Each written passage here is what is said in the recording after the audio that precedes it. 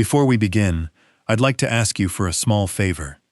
I'm working really hard to reach my goal of 1,000 subscribers. It's a truly important milestone for me. Please click the subscribe button on the channel. It's just one click, but it gives me massive motivation to keep making more videos. Thank you all so much. Give it a rest, Natalia. Pavel chuckled, raising his glass of red wine. It's all on me anyway. Laughter erupted, quicker than the pop of a Prosecco cork moments before. It was short, light, and harmless. The kind of laughter that, in theory, meant nothing. Someone clapped, someone else quipped, "Well, the boss is the boss."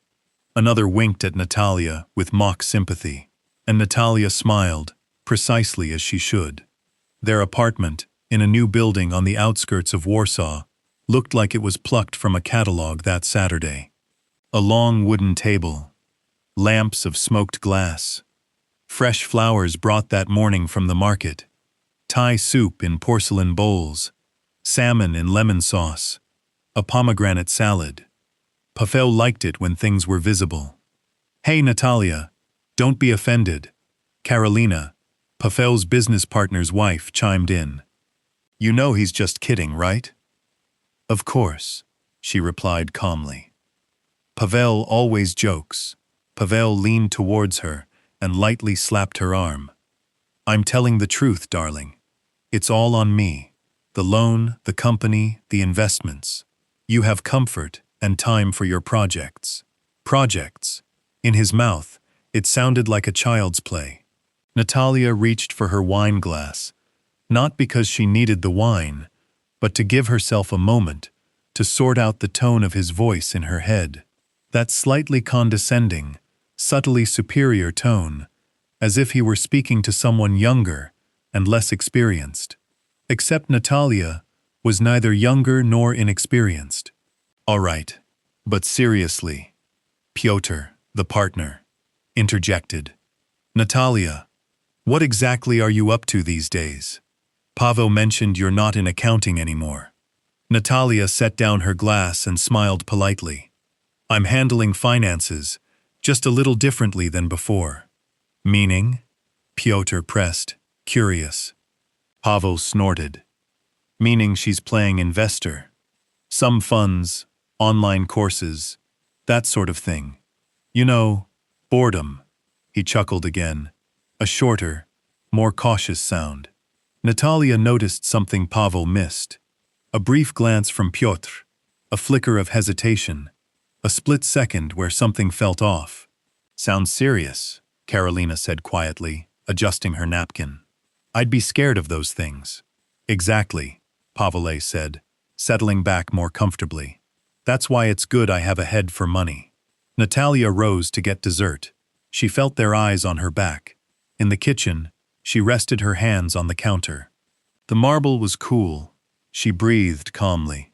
She wasn't surprised. Such comments had been appearing for years, always in company, always as a joke, never directly as an attack. In theory, they were meant to position her as the more delicate one, the one for the home. In practice, they were slowly invalidating her. When she returned with the raspberry tart, the conversation turned to Pavel's company's new investment, warehouses near Warsaw. "The risk is minimal," he said, cutting the cake. "I've taken most of the decisions upon myself." Natalia almost smiled. It was she who had analyzed the contracts with the developer. It was she who had spotted a loophole in the payment schedule. It was she who had written the email to the bank with questions that led to the loan margin dropping by 0.5 percentage point. But at the table, he was the one taking the decisions. "Natalia, what do you think about these warehouses?" Karolina asked suddenly. A momentary silence fell. Pavel glanced at his wife, half-jokingly. "What can she think?" he replied. "She makes sure I don't spend too much." A few people laughed again, quieter this time. Natalia looked up. She wasn't looking at Pavel. She looked directly at Pyotr. "I think the decision is sound," she said calmly, "provided you maintain the schedule and don't shift funds from the operational reserve." Piotr froze, fork in hand. "How do you know about the operational reserve?" he asked involuntarily. Pavel waved his hand. "Don't worry about it. She has access to everything. She doesn't hide anything from me." The sentence hung in the air. Natalia felt her heart slow, beat stronger, but calmly. Access. An interesting word. Dinner continued. Laughter. Stories of holidays in Greece. Complaints about inflation. Someone mentioned rising loan installments. "Fortunately, we have everything well secured," Pavel said with a confident tone. "Even if something happened, I have assets." "That's right," Piotr added, less cheerfully. "One needs to think about securing the family." Natalia pushed back her chair. She stood up for coffee. She felt like she was watching a play where she was an extra. In the kitchen, her phone vibrated. An email notification. She glanced at it. Transaction confirmation. Acquisition of a majority stake. She closed her eyes for a second. The email had been waiting for an hour. She had opened it earlier, before the guests arrived. The document was signed. The notarial deed registered. The fund, in which she had been systematically acquiring shares through intermediaries for a year, had just crossed the 51% threshold. Pavel didn't check such things regularly. He had other, more strategic pursuits. Natalia slipped her phone into her pocket and returned to the table with the coffee tray. "So, Natalia," Pavel said, as she placed the cups down, "tell us, how many millions do you have in your secret account?" "Enough," she replied softly. Another laugh. This time, not entirely certain. Dinner concluded around 11 p.m. Coats, handshakes, polite goodbyes. "We should meet more often." Once the door closed, silence descended on the apartment. Pavel tossed his jacket onto an armchair. "See?" he said, pouring himself one last glass of wine. "It turned out well. Good thing you didn't make a scene. Some women would have sulked by now." Natalia began clearing the plates. "I had no reason to," she replied. "And that's the point. You know I'm telling the truth. It's all on me. You have comfort." She turned to him, looking intently, without anger. "Yes," she said quietly. "Until Monday." He frowned. "What?" She smiled gently. "Nothing. I'm tired." That night, while Pavel slept, Natalia sat at her desk in the study, opened her laptop, and reread the transaction confirmation. Then a second document. A power of attorney to represent the fund at the upcoming partners meeting. Monday, 10 a.m. Conference room on Domanievska Street. She closed the computer. She felt no triumph, no anger. She felt calm. Because sometimes, the loudest answer to laughter at the table is silence. But only until Monday. Sunday morning, the apartment was unnaturally quiet. Not because Pavel was sleeping. He had been bustling around the kitchen since 7 a.m., clinking cups and cursing the coffee machine under his breath. The quiet was within Natalia. She sat at the table with her laptop, in a tracksuit, her hair in a messy bun. 3 windows were open on her screen: her investment account, her inbox, and her upcoming week's schedule. Monday, 10 a.m. Extraordinary General Meeting of Shareholders, 10:05 a.m. Presentation by the fund's representative. She took a deep breath. "Will you make me breakfast?" Pavel called from the kitchen. "I'm off to play golf. I want to get there before the guys." Natalia closed her laptop. "Coming." The kitchen smelled of freshly ground coffee. Pavel was scrolling through his phone, smiling. "You know, Piotr was writing something yesterday about a nervous situation with an investor. Probably exaggerating again," he said lightly. Natalia handed him a plate of scrambled eggs. "Maybe it's worth checking." "Relax. I've got it all under control." He waved his hand. "Don't stress yourself. It's not your game." Not your game. When the door closed behind him, Natalia returned to the living room. She sat down and let her thoughts flow. She wasn't a vengeful person. This wasn't a plan for revenge. It all started much earlier, a year, or maybe a year and a half ago, when she first heard that characteristic phrase, "Leave it, I'll handle it." At the time, she was still working in accounting for a Warsaw company. She had over 10 years of experience. She could read financial statements like a crime novel, quickly spotting loopholes, inconsistencies, small differences in numbers that others missed. She helped out at Pavel's company after hours. Initially, it was innocent. A glance at a contract, a tip on a loan, a review of a cost estimate. "You're indispensable," he'd said then. But as the company grew, help turned into an assumption. Her work became invisible. He made the decisions. She supported. The turning point came when the bank offered a new credit line for warehouse investments. Pavel wanted to sign the documents immediately. "The margin is good. We have to act," he'd said.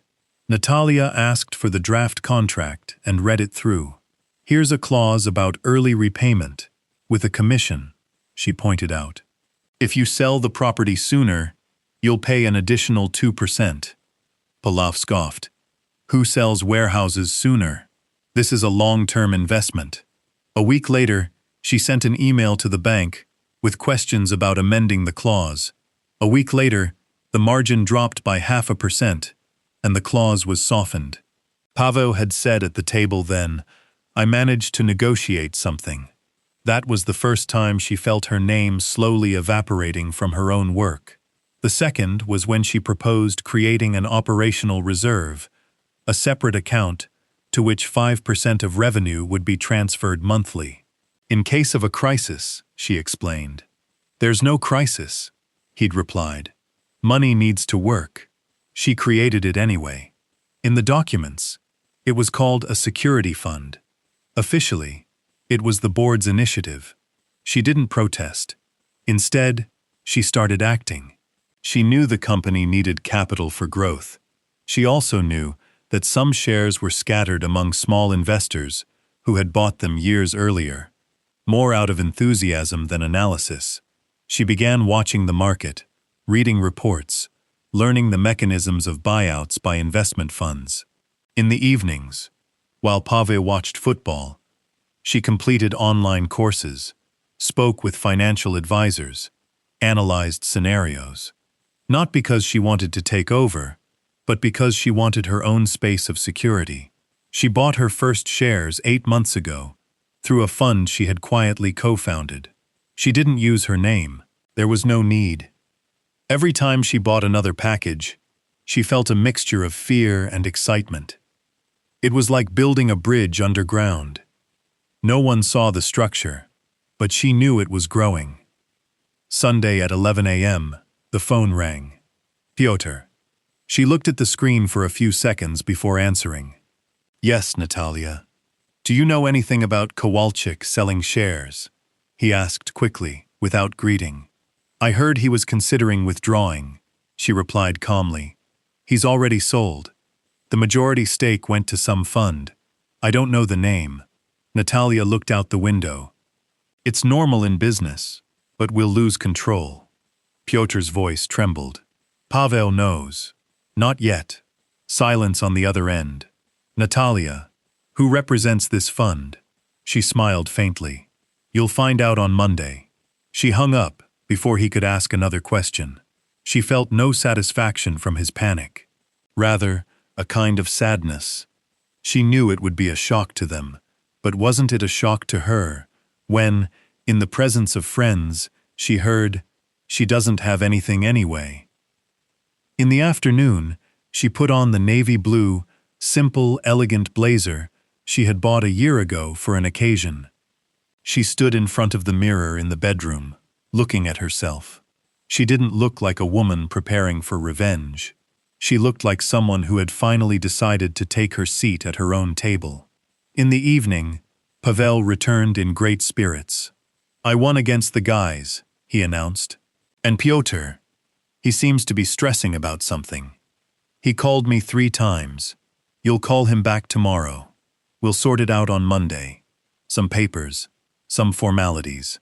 Natalia nodded. I'll be at the office tomorrow. He stopped mid-stride. Why?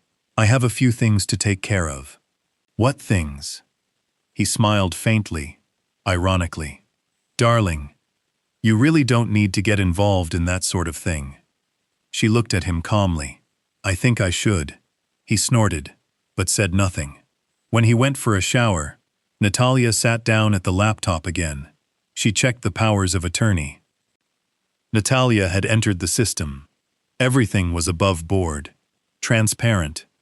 She hadn't intended to destroy anyone. She just wanted them to stop treating her like an appendage. She closed her laptop, turned off the living room light. She stood by the window for a moment, gazing at the city lights.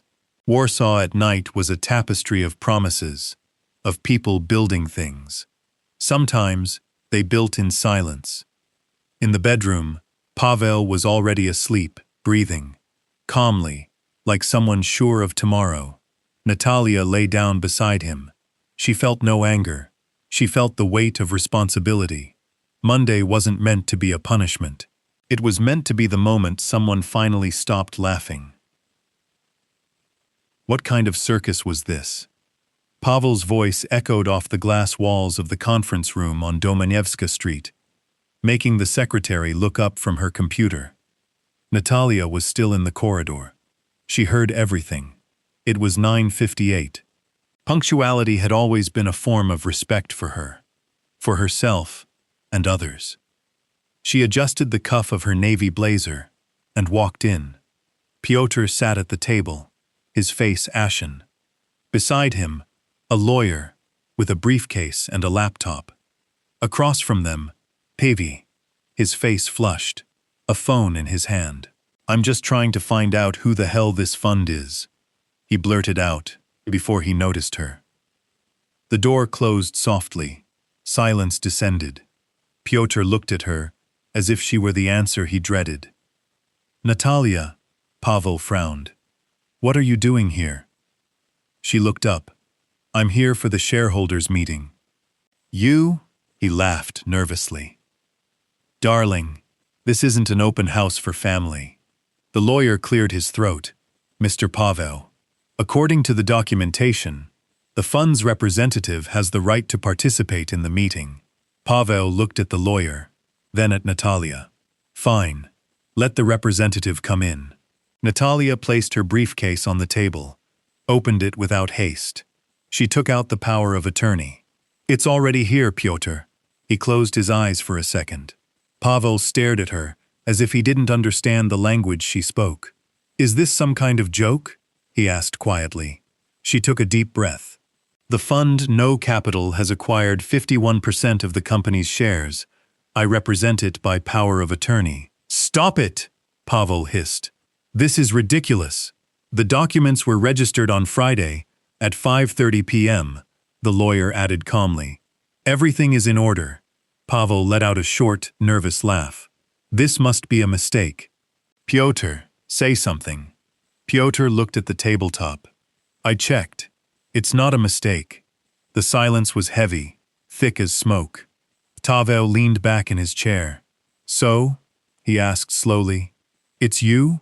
You did this? Natalia looked him straight in the eye. Yes. In his gaze, there was disbelief first. Then anger.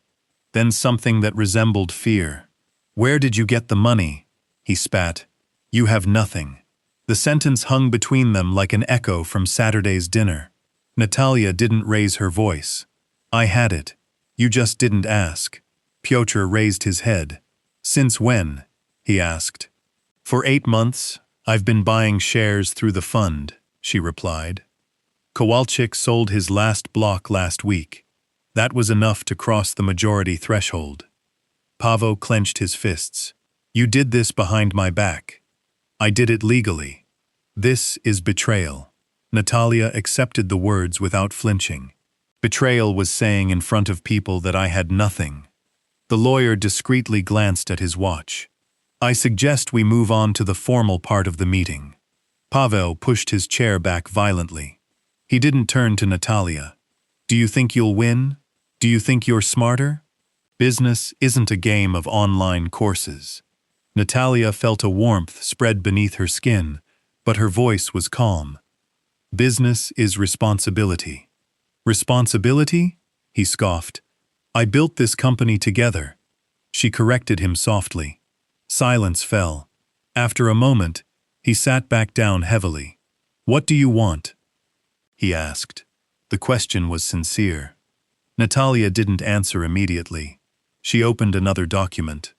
I want to reorganize the company's finances, streamline the cost structure, and secure an operational reserve that cannot be touched without the majority shareholders' consent. Pyotr raised his eyebrows. You want to block access to the reserve? I want it not to be treated like an ATM. Pavel clenched his jaw. So you're taking over? I'm taking responsibility, she replied. Something in his eyes cracked. A moment later, he pulled out his phone. I'm calling my advisor. This can be undone. The lawyer calmly shook his head.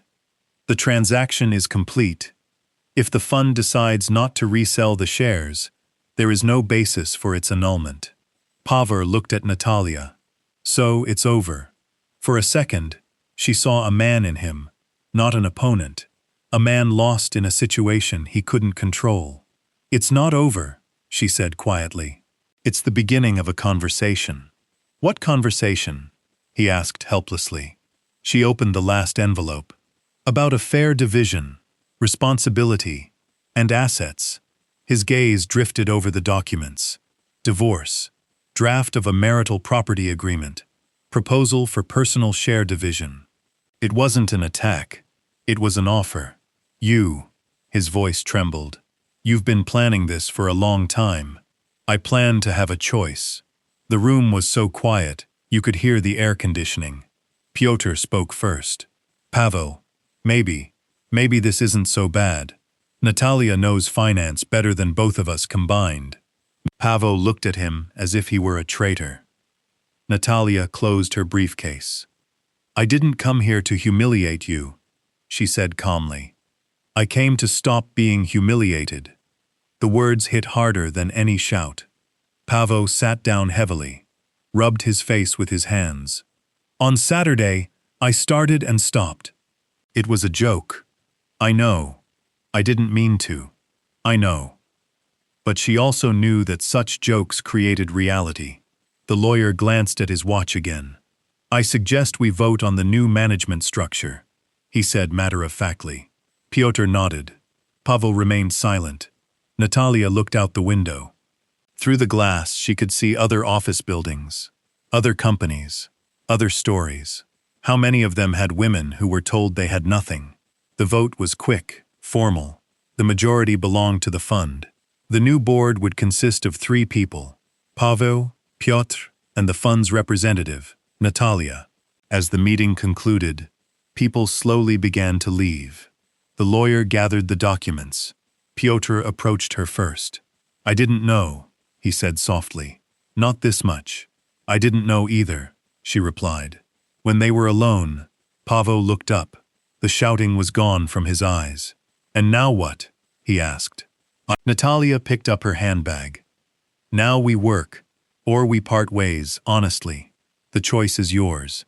She turned towards the door. Natalia. Pavel stopped her. On Saturday, I said you had nothing. She looked at him. I was wrong. She smiled faintly. I know. She walked out of the conference room with a calm step. In the corridor, she took out her phone. Messages from Carolina. From 2 acquaintances from dinner. The gossip had spread faster than morning coffee. She pressed the screen lock button. She felt no triumph. She felt relief. The silence she had carried within her for years finally ceased to be a burden. Monday was just beginning.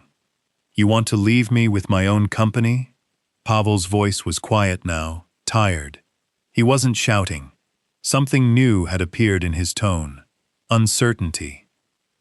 Natalia stopped at the elevator. The doors hadn't closed yet. It's my company too, she replied calmly. The elevator began to move slowly. Her reflection in the mirror was different than usual. She didn't look like the CEO's wife.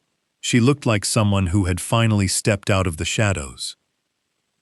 In the underground parking lot, she sat in the car for a moment, but didn't start the engine. She breathed deeply. She knew the hardest part was still ahead, because taking control of the company was a formality. The real test was starting now, at home. The apartment was empty. The silence didn't resemble Sundays. This one was tense. She opened her laptop at the kitchen table. She reviewed the financial schedule. Operational reserve untouched, liabilities to be managed, profitability good, though not as perfect as Pavel liked to claim over wine. The phone rang for the third time that day. Unknown number. Good morning, this is the editorial office of Business Warszawa. Can we comment on the change in ownership structure in your company? The rumors were faster than official statements. I don't give comments, she replied and hung up.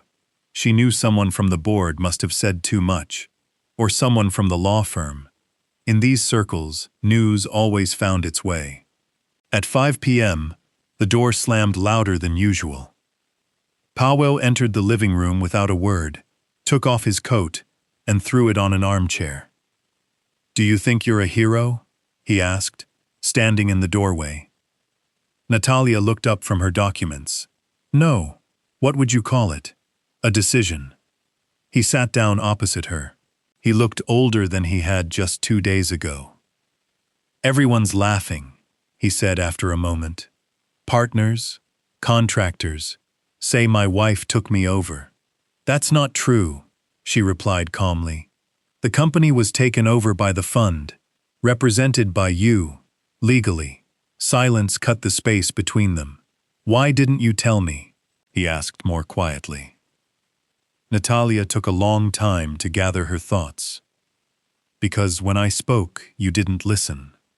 You're exaggerating. On Saturday, at the table, you said I had nothing. That was a joke, repeated for years. The words fell heavily. Paweł rubbed his face with his hand. Did you want to punish me? Natalia shook her head. I wanted to have something of my own and have influence. You had a home, a secure life. I had a role. He looked at her more cautiously. So it's about pride, about respect. He fell silent. In the evening, they sat separately. He in the living room, watching TV without sound. She in the study, analyzing the first budget adjustments. She identified 3 areas where costs were rising too quickly. Marketing was inflated. Some contracts were signed without bidding. A few invoices raised doubts. Natalia had no illusions. Now she would be responsible for the numbers. Her phone vibrated. A message from Piotr. Maybe we should talk calmly tomorrow, without emotions. She replied briefly. I'm ready. She closed the laptop. She went into the living room. Paweł, she began. Tomorrow we have a meeting with the bank. You already know. As the majority shareholder, I have to approve the addendums. He laughed bitterly. You sound like my tax advisor. I learned. Secretly, quietly.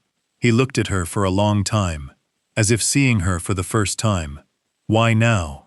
Natalia sat down opposite him. Because if not now, then when? When the operational reserve disappears? When a crisis comes? When we're left with a loan and an empty warehouse? He clenched his jaw. You always see black scenarios. Because someone has to. Silence filled the room again. Less aggressive this time. Is divorce also part of your plan? He asked unexpectedly. Natalia hesitated. It's an option. And marriage? She looked at his hands, which had once held hers at the civil registry office. Marriage requires partnership. So you don't want to be an appendage anymore. Paweł stood up and walked to the window. Do you know what the worst part is? He asked, without turning around. You're right. The words sounded sincere. I thought I was doing this for us, he added. I was building the company so you could have a peaceful life. And I was building security, so we wouldn't lose everything. He turned towards her. So we were both afraid, just differently. She nodded. The next day, Natalia went to the office earlier than usual.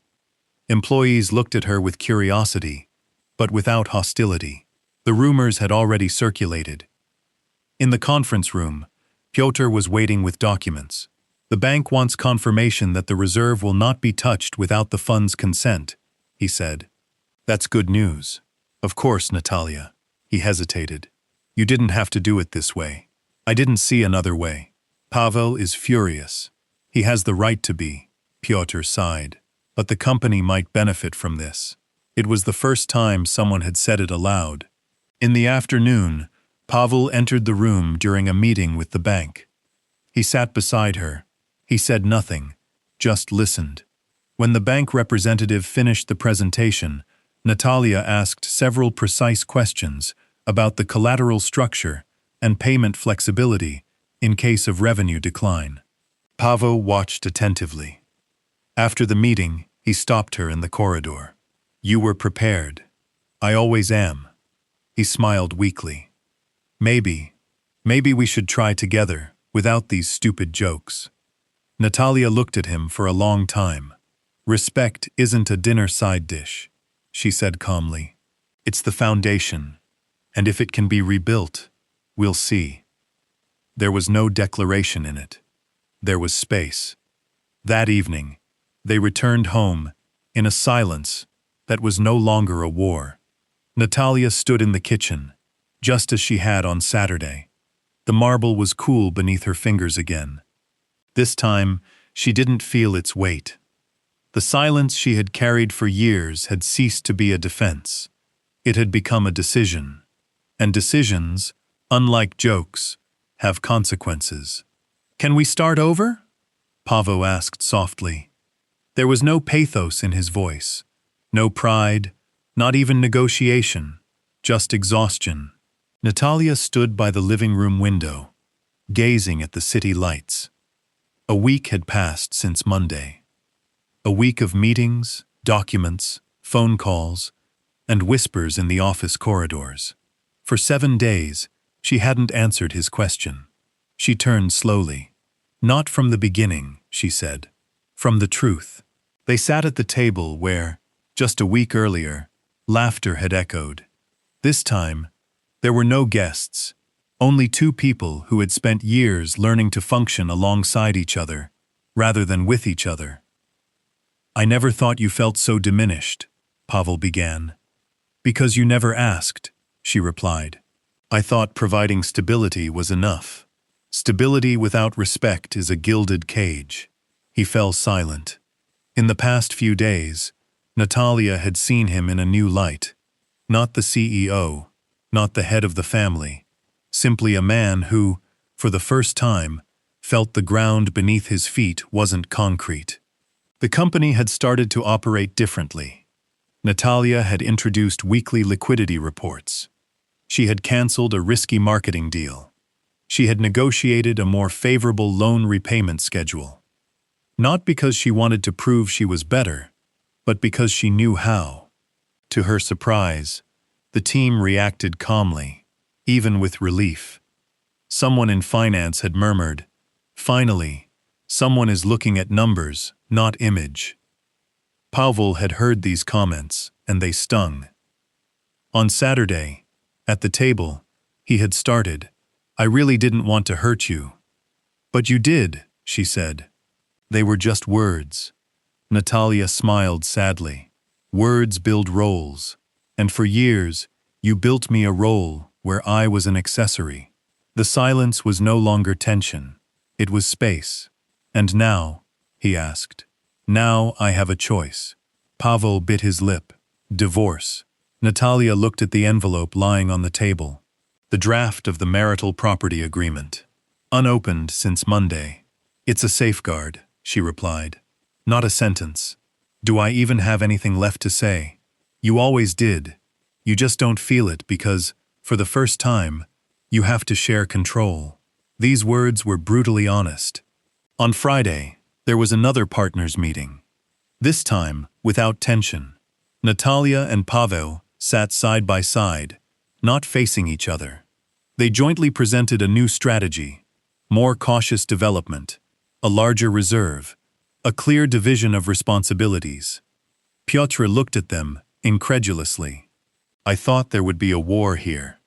Not everything has to end in flames, Natalia replied.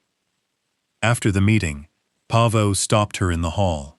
Thank you, he said softly. It was the first business-related thank you she had ever heard from him, and it weighed more than all the toasts. That evening they invited Karolina and Piotr over, the same guests who had laughed at a joke a week earlier. The atmosphere was different, calmer. At one point, Karolina looked at Natalia intently. I saw the article, she said. A new face on the board. Congratulations. Pavel took a breath. It's not a new face, he said slowly. It's a face I didn't appreciate before. Silence fell, but this time it wasn't awkward. Natalia didn't need more. When the guests left, she sat in the kitchen. The same table, the same light. You know what's funny? Pavel said. What? That I said you had nothing. She smiled faintly. And what did I have? He looked at her for a long time. Competence, calm, a plan, and courage. Natalia rested her hands on the counter. I had something else. What? Dignity. The word hung between them like a final punctuation mark. They didn't decide on divorce immediately. There was no grand reconciliation or dramatic separation. There was a conversation. Marriage counseling, which Pavel proposed himself, admitting for the first time in his life that he didn't know how to do something. There was change, perhaps not revolutionary, but real.